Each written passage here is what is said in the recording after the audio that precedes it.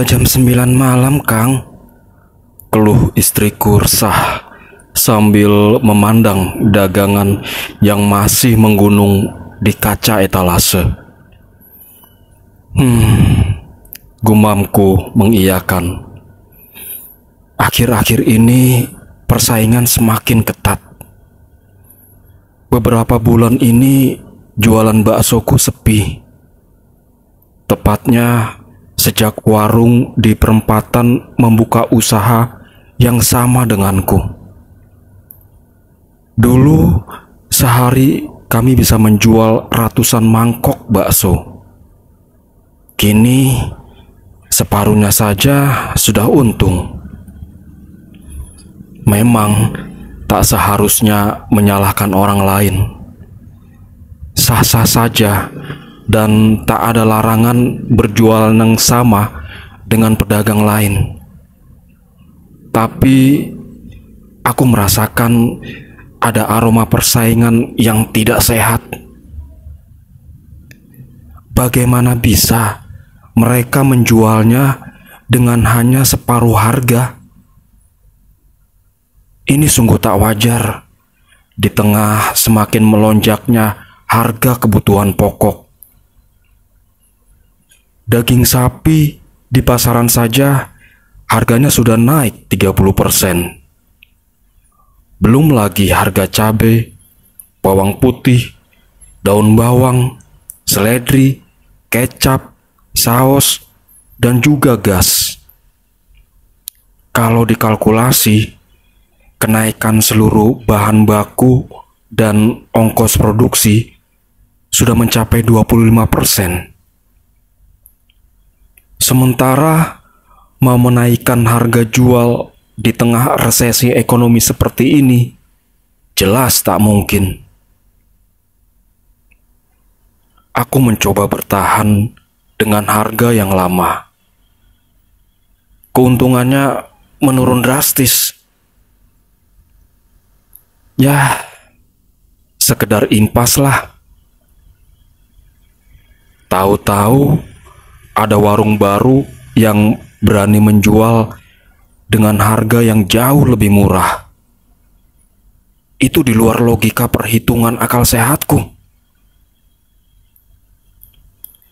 Kukira hanya upaya sabotase pada sesama pedagang bakso. Aku mencoba bersabar. Tunggu saja, akan mampu bertahan berapa lama? Paling sebulan sudah habis modal. Tapi perkiraanku meleset.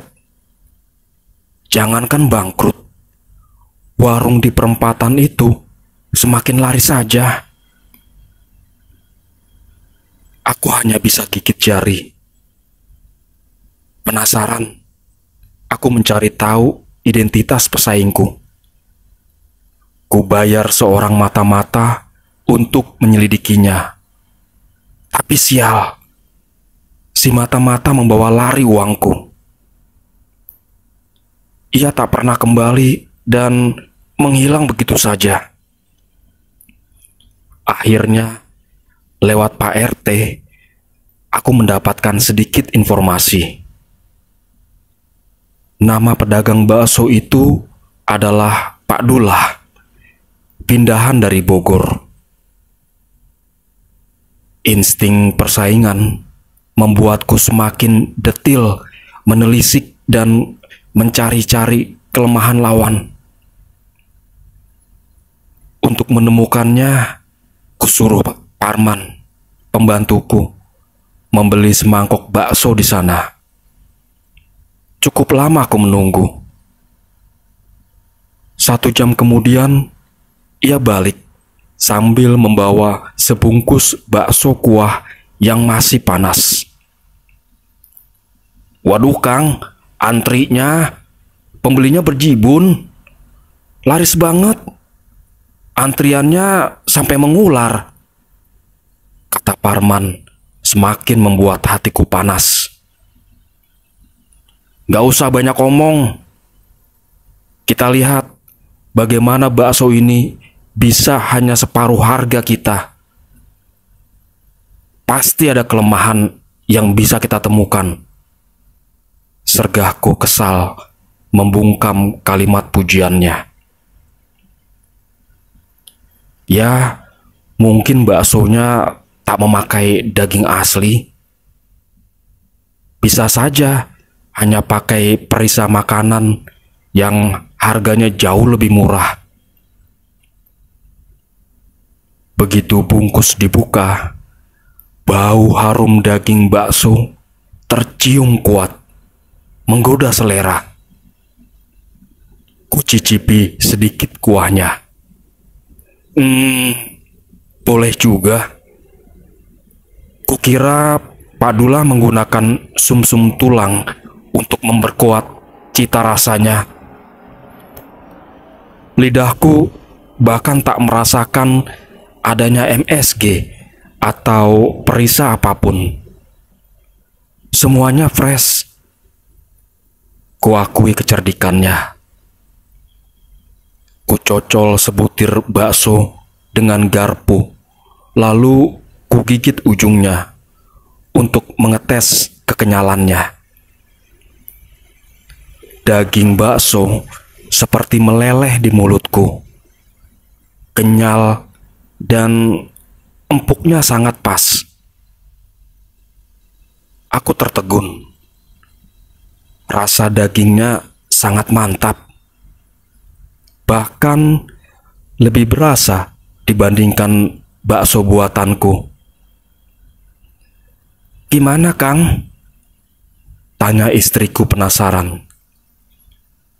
"Berasa daging atau bukan?" Aku bingung mau menjawab apa. Istriku merebut garpu di tanganku, lalu menggigit bakso itu. Matanya terbelalak. "Ya ampun, beneran, Kang? Daging beneran?" serunya kaget. Aku hanya mampu bergumam. Ku aduk-aduk bakso untuk meneliti lebih detail. Apa ini?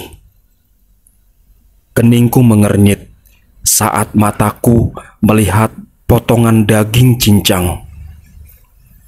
Bahkan ia masih menambahkan beberapa rebusan daging empuk sebagai tambahan.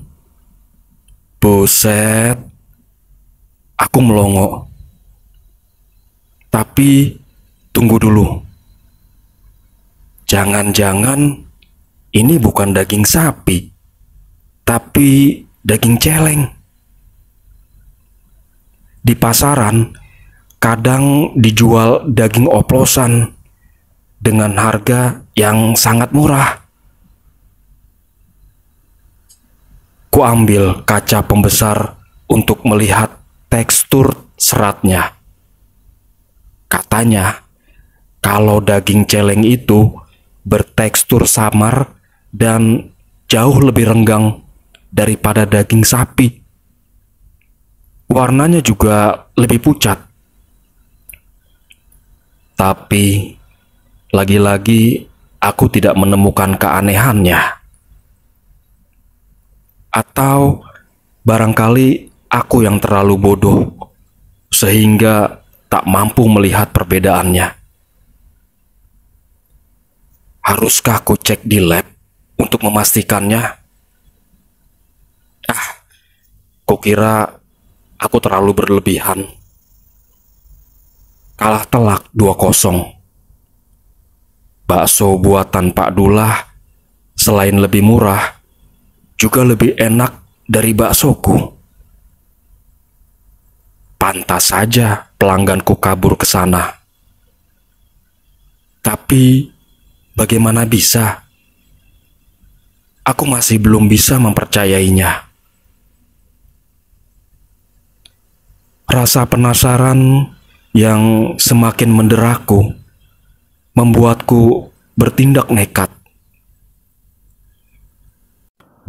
Malam itu, sepulang dari tahlilan di rumah Mbah Kaum, diam-diam aku mengendap-endap memasuki halaman warungnya. Aku ingin melihat dengan kepalaku sendiri bagaimana mereka mengolah baksonya hingga selezat itu. Jam sudah melewati angka 11 malam. Malam itu terasa sangat dingin, bahkan lebih dingin dari biasanya. Semakin aku mendekati rumah itu, rasa dingin kian terasa menggigit, hingga terasa ke sekujur tubuhku. Aku bukanlah orang yang penakut, tapi entah kenapa malam hari ini rasanya sangat lain. Tengkukku merinding, bahkan sepertinya semua bulu-bulu halus di tubuhku berdiri. Naluriku mengatakan ada aura mistis yang sangat kental. Mungkinkah mereka bersekutu dengan setan? Suasana begitu sunyi, sangat sunyi. Bahkan tak ada bunyi jangkrik, kodok, ataupun suara binatang malam lainnya. Serasa berada di ruang kedap suara. Sejenak aku ragu akan meneruskan langkah atau balik kanan saja ya. Tapi sepertinya rasa penasaranku lebih kuat dibandingkan rasa takutku. Aku pun lantas menguatkan hati dan mengabaikan ketakutanku. Kurapalkan doa-doa dan mantra pengusir makhluk halus. Mungkin aku sedang beruntung. Pintunya sedikit terbuka. Bagaimana bisa ya mereka seteledor itu? Ataukah jangan-jangan mereka sengaja membukakannya untukku? Tak usah banyak pikir. Ku ikuti saja yang ada di depan mata. Dengan cepat, aku menelusup masuk. Kebetulan, aku langsung menemukan area dapurnya. Lampu dapur yang tadinya terang mendadak berkedip-kedip. Jantungku serasa mau copot. Aku sangat kaget. Lututku sampai gemetaran. Apakah mereka sudah melihat kehadiranku ya? Kembali mulutku komat kamit merapalkan doa dan segala mantra.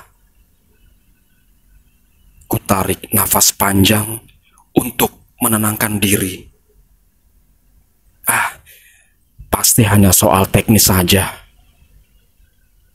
Bohlamnya mungkin rusak. Dan benar, tak lama kemudian, lampu benar-benar padam. Berganti dengan lampu emergency yang terpasang di pojok dinding. Seketika, suasana berubah menjadi remang-remang. Samar-samar, kulihat sebuah pintu besi yang menempel di dinding. Kukira ini ruang freezer, tempat menyimpan daging. Pelan-pelan, kudorong untuk melihat isinya. Tengkukku sedikit bergidik, menyaksikan banyaknya potongan-potongan daging yang tergantung berjajar dengan rapi. Lalu, ku coba menyentuhnya. Ku sorot dengan senter untuk melihat jenis tekstur dagingnya. Dan darahku serasa beku ketika ku sadari ini bukanlah potongan daging sapi, tapi daging manusia. Bahkan ada beberapa yang masih terlihat lengannya. Dan yang lebih mengejutkan lagi, ternyata di lengan itu tergambar tato kupu-kupu sama persis dengan tato mata-mataku yang menghilang. Apakah ini mayatnya? Astaga. Sepertinya pasangan suami istri Dullah manusia kanibal. Lalu mereka menggunakan daging manusia untuk bahan baku baksonya. Ya ampun. Tiba-tiba terdengar suara pintu berderit. Nyaliku pun seketika menciut. Apalagi saat aku melihat pintu menutup dan mengunci dengan sendirinya. Ini tak bisa diterima nalar. Agaknya aku sedang berhadapan dengan kekuatan supranatural, jin, setan, dan sebangsanya. Akankah doa dan mantraku bisa mengusir mereka? Entahlah, aku tak yakin. Lalu terdengarlah suara kekehan tawa.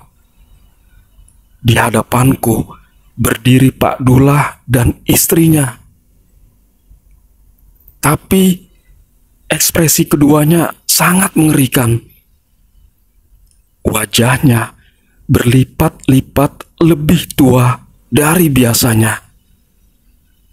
Tertawa ngakak melihatku tertangkap basah di dapurnya. Kapak besar di tangan mereka berkilauan terkena sinar lampu. Seketika membuat nyaliku berada di titik terendah. Aku bahkan tak mampu menahan kencing yang keluar begitu saja. Lantas, keduanya berjalan ke arahku, bersiap untuk menyerangku. "Kau terperangkap di dapur kami," ujar Pak Dullah.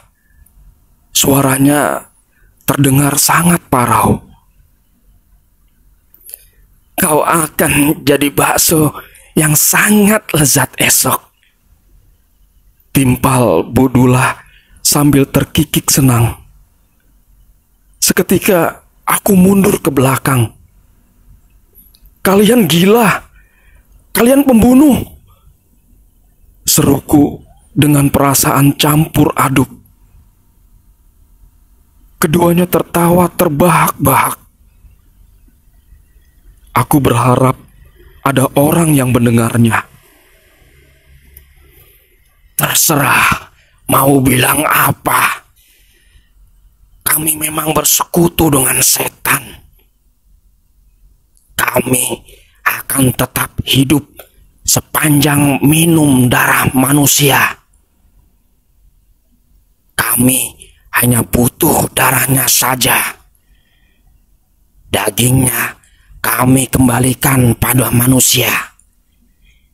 Itulah sebabnya kami membuat bakso, agar dagingnya tak terbuang percuma," katanya membuatku ngeri.